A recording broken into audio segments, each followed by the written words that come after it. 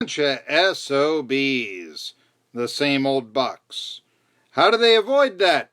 I'm Marky Billson. I'm going to tell you, talking about ETSU's football team at the halfway point of the season. The Buccaneers are 2 up, 4 down, 0-3 in the Southern Conference, including a loss to VMI that nobody saw happening.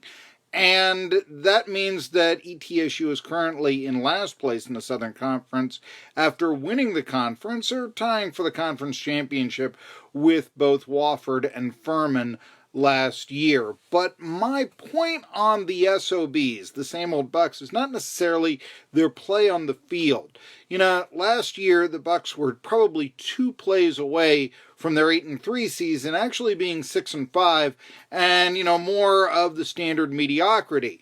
Well, those 2 plays, of course, were Will Horton missing a 27-yard field goal in overtime for Western Carolina last year, and Dwan Bell, the Furman kick returner who did not call a fair catch and instead downed a ball in a tie game at the 3-yard line that was translated into a safety from Dylan Weigel that won the game for ETSU against Furman 29-27. But that's the whole thing. ETSU, in their game prior to their 35-17 loss to Wofford, fell 17-10 against Furman. And the SOB comment is not necessarily based on the performance of the team, but rather how they are perceived. I kept hearing in the media how well ETSU played against Furman. Oh my god, now, all right, Furman is number 15 in the country when they play. They're the only nationally ranked team in the FCS from the Southern Conference. Okay, we get it. Thing is, Bucks were just as good last year. I mean, they were 2 points better, right? Won the conference with them. The Bucks were the team that made the FCS playoffs, not Furman. And if you're going to build as a program, don't you have to go to Greenville the next year and win the game? Not just play within a touchdown. Now, Furman so far has been by far the best team in the Southern Conference. Don't let the Citadel's victory against Georgia Tech fool you. Of course, the Citadel losing to VMI. Who saw that coming in preseason, by the way, when he voted VMI ahead of the Citadel in the Southern Conference media poll? Oh, yeah, that was me. That's right. Okay, but no, what we're looking at right now, Citadel, the running team, averaging less than 3 yards a carry on the ground. Now, ETSU is going to be a running team this year, what with Quay Holmes and Jacob Salyers. However, although they are averaging more than 5 yards a carry, they rank 6th in the Southern Conference in rushing. Why is this? Well, a lot of people will point to the quarterback play, and yeah, Trey Mitchell has been underwhelming. When the Bucks were down 28-3 against Wofford, they tried to just go, quick in over the middle, and he overshot a 5-yard pass as receiver. I mean, just Mitchell has been playing like a freshman. A lot of people will say, well, hey, Cade Weldon went down to injury in August before the season began.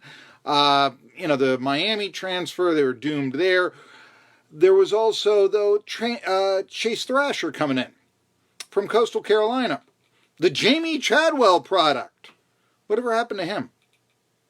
We know he got hurt, and that led to Mitchell, but been told that he's healthy now. So why is Mitchell continuing to be on the field, and a former FBS player is sitting on the bench? Especially when you consider that Mitchell is struggling and is just a freshman. But to be fair, it's not all on Mitchell. Some will point to, well, he tried to lead the Bucks back, got a couple of second-half touchdowns against Wofford in Johnson City last Saturday. It's fair and good, don't get me wrong, but it came in garbage time. The thing that bothered me about that, though, was his one touchdown pass was a 26-yarder to Quay Holmes, the running back. And it wasn't just, okay, a screen and the blocking's there and a guy waltzes in from the 26. No, he was throwing downfield to his running back. Now, that leads me to wonder, where are the receivers at ETSU? Where is Jamal Couch, the Mississippi State transfer? Okay, he got hurt first game against Appalachian State. He's only played 3 games this year. He's only caught 1 pass. Cam Lewis, backup quarterback, has been used as a wide receiver. Where's Spaglianetti? Anthony Spaglianetti just seems, very limited. A possession receiver, if they can get the ball to him, seems to statistically cannot break away. And the question is, even if Weldon was healthy, even if Thrasher goes in, even if Lewis, who played a little bit at quarterback against Shorter, was able to play quarterback, what would the difference be with these receivers? It's a legitimate point. ETSU returned 4 starters on the offensive line this year, and Mitchell suffered 3 sacks and was under a lot of pressure from Wofford. And I think the reason is there's no passing game right now for ETSU. There's no threat of those receivers breaking open, and therefore, you can emphasize the pass rush. You can load up in the box.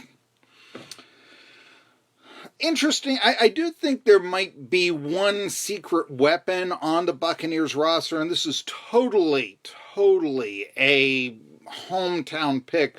But West Green's Julian Lane Price. 2 years ago, I saw him single-handedly beat Unicoi County for West Green. Not the strongest football program in this area.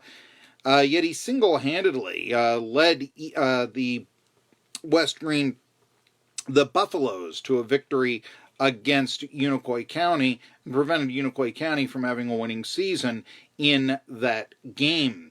Of course, last year Unicoi County was 9-3 and won their first playoff game in 33 years. Now, a 3A District 1 Tennessee receiver, you can say, yeah. But I do know from seeing him play, he has speed. He caught 1 pass against lowly D2 Shorter, and it went for 38 yards. All right, that's against Shorter, but still, it's a good first impression. I wonder if Julian Lane Price isn't a secret weapon on the ETSU Buccaneers. Only a redshirt freshman, but somebody I'd like to see on the field a little bit more, along with Jamal Crouch. Is he hurt? What's the deal here? We know he got hurt against Appalachian, but he did play 2 games after that, and he's only caught 1 pass. What's going on here?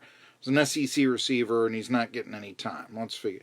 So that's the situation right now. I think it's finding the wide receivers. Off week for the Bucs this week before they play Chattanooga, and Nick Tiano, who may be a future NFL quarterback. We're seeing Devlin Hodges now playing for the Pittsburgh Steelers from Samford, is an NFL quarterback. Could Tiano, a Mississippi State transfer in his own right, with a lot of size, who has actually put up some nice numbers in the Southern Conference, even though the Mocs were shut out by Tennessee, could this man be a backup in the NFL next year?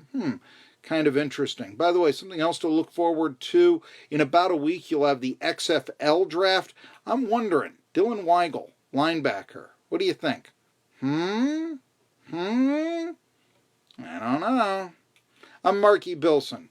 Wide receivers, got to find them. That's the key to ETSU. Not going to be a conference title season, not going to be a winning season. I said before the season began, this could be actually a better team, but with a worse record, and I think that might just be what's going on. Well, they got to find wide receivers, but I'm not necessarily sure that they're not on the team already. Got to win the next 5, by the way, to have a winning record. Vanderbilt is the last game of the season, and at 2-4, let's face it, ETSU's not beaten Vanderbilt.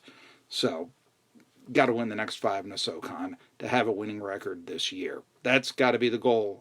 Lofty standard. But, it's what will prevent them from being a bunch of SOBs, the same old Bucks. I'm Marky Billson.